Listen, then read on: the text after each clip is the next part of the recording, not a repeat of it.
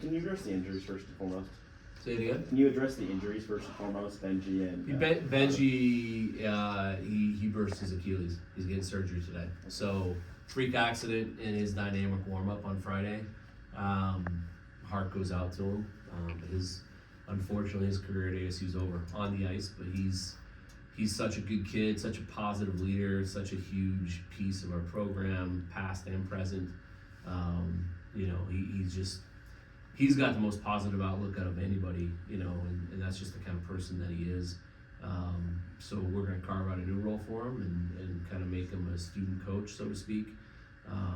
And he's not going to miss anything. We're going to take him on every trip and do everything we can to incorporate, his presence into everything that we do the rest of the way. So just a freak thing. It's the same dynamic warm-up he's done for 5 years, and it was just a freak accident. So, obviously something aggravated it, and he ruptured it, and he's getting surgery today. Artie is day to day. We'll see. I would say there's definitely a chance he could be in Friday. So we just gotta continue to mend him up, and obviously he's another big loss. I mean, he hasn't just been probably our best player. The month of January, you could argue he was probably the best player in all of college hockey the month of January. That's how good he's been. So we're hoping to get him back for Friday or Saturday. But if not, that's just kind of in the story this year. The first thing Benji said to me when I went in and saw him Friday was we were an hour away. We were an hour away from having our lineup that we thought we'd have, and unfortunately we just are never going to have it. So that's kind of been our story. It's been next man up, and the guys have dealt with it incredibly well, and nothing changes from that regard. When a player like Artie goes down that early in a game, what's the message to your team? Well, I think the first thing I told the guys after the game on Saturday was how proud I was of how they really just stared adversity. They had more adversity last weekend than you thought, and that I think outsiders really knew. When you lose a heart and soul guy on Friday, right before you go out on the ice for warm-ups, and Benji, who everybody knows is in his last season here, everybody knows how huge of a piece he is to our lineup. He's our best PK guy. He's out there in big defensive situations. He gives us energy in the forecheck. He's irreplaceable, and then just having his presence. And then the next night, then you go out and win 7-1, and you rally around him and play for him. And the next night, another heart and soul guy who's been our best player over the last month and a half gets carried off in a stretcher. It'd be real easy for a team to not be able to compartmentalize what they just saw and not knowing what's happening with their teammate and use that as an excuse to not perform. And instead, they did the exact opposite. They dialed it right back in and scored 2 goals within the next few minutes and never looked back. So it was really impressive how our guys dealt with the adversity that was thrown at them. And really mentally tough, and I was really, really proud to see that. Coach, how do you think Cole Gordon has come out upon the last 3 weeks or so, especially having to replace Benji in such short notice? Yeah, I mean, he was ready to go. He came out and scored a goal right away, and he's been great for us all year, and he's valuable. Where you can rely on him. He's good on face-offs. He filled on the kill this weekend and did a good job there. And then, he's chipping in, offensively here and there, just going to the net. So he's a great energy guy. He's a good presence in the room and on the bench, and we're lucky to have him. Coach, what makes Denver one of the best teams in college hockey? What's your message to your team in practice this week preparing for them? Well, we know, we went up there and had success, and we're going to get, I don't think we probably got their very best last time we played them. We're going to get their best this weekend. They're going to be ready to go. There's no taking us lightly, and we're going to have to be even better than we were up there, and it's all about with them because they're just so gifted and so creative offensively, buying into killing plays and being great defensively. And that's really what we focused on against Miami is really playing from our net out and layering onto that. We think we're a really good team off the rush, and obviously we're scoring goals, so we feel like we're going to get ours if we just play the right way. But we have to really protect, our net front and kill plays and get it and go on offense. It's simple. So nothing changes this weekend. We just have to do it at a really, really high level.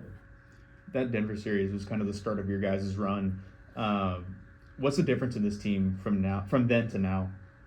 I probably nothing. Like, I mean, it was the weekend that I think it really clicked with our guys. We're like, hey, we're good. Like, it all came together and we got the results that we all desire.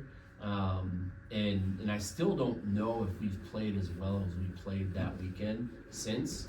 We played really well in stretches, but we've used that as our standard that we want to try to meet every time we put on our jersey. And it's going to require at least that to have success Friday, at least, probably more. What's it like been having both Homer and Pav be able to split starts this season and having the confidence in them both? Yeah, I mean, they've both been awesome. I mean, it's in their numbers. They both won big games, and it's nice to have two. And when you go into a league like this, the first year, we felt like we needed two guys that we could really rely on, and they've both been great and reliable. Pav, I think, is 9-1 in his last 10 starts. So the Miami weekend, I think going in, the intention was to split, but I just felt like he was so steady and calm on Friday. It just made sense to go back with him on Saturday. It was a must win. And he's feeling it right now. So you haven't seen the last of Gibby. Gibby's ready to go. Gibby will be great the next time he's in the net. And we'll just have to see when that is.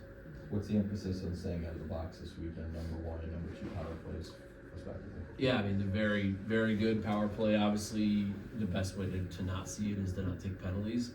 I think that obviously in the two losses that we have had in the last 15 games, when we're 13-2, those are two games where we've taken way too many penalties, right? And not dirty penalties, not high hits, just stick penalties, and not moving our feet, not defending the way we need to defend with good sticks. And it was the obviously second period of both of those games that really just set us back. So you do that against a power play this good, they're A, going to make you pay, and B, just completely wear you down if you just have to kill. So we got to stay out of the box to have any chance at all to have success this weekend. What makes both of your guys' power play so good? Just great players. I think you gotta at some point you just, as a coach, you just gotta kind of give credit where credit's due. You have really good players that are creative, that can think, that can move a puck, and that can finish. That's what both teams have. I don't know who runs their power play for them, but Hicksy, runs ours, and he's done a great job every year and pretty much had us in the top 10 in the country for the majority of the last few years. And now he's got, two, I think. So hopefully it keeps going, but they're feeling it. They have a ton of confidence, and even the second unit has so much talent on it. It was really good at Miami. It didn't score, but it hit a couple posts, and it started to really click too. If you do take a penalty, your penalty kill has been very strong this year. How do you attack such a good power play, though?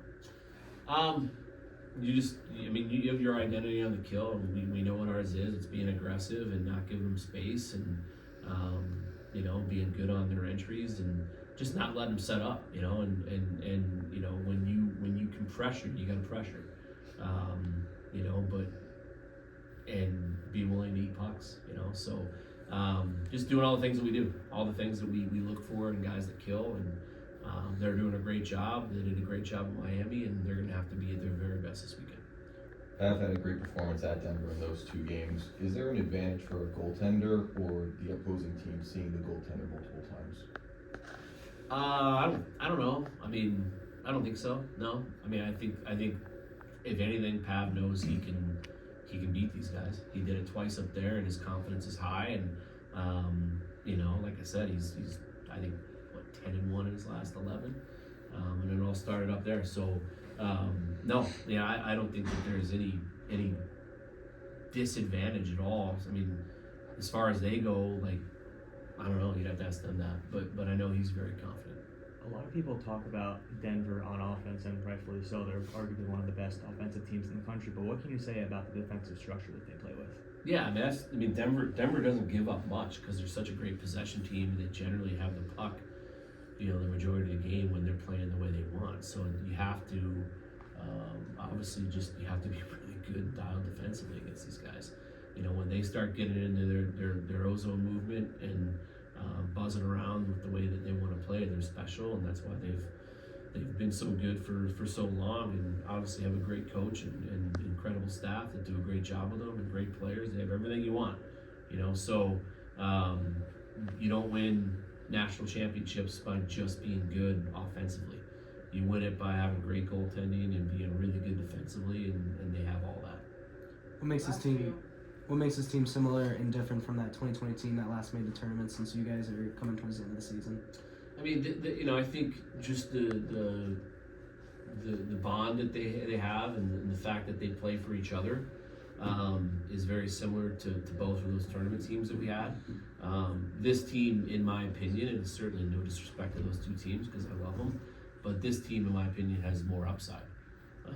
You know, this team has more depth and the ability to not just get to a tournament. I don't think there's a kid in our room that would say our goal is just to get to a tournament. Our goal is to be in St. Louis when the season's over, and be playing in St. Louis. And this is a team that is clearly good enough to do it, and we believe that, and we just have to keep proving it every weekend. Doesn't matter who we play.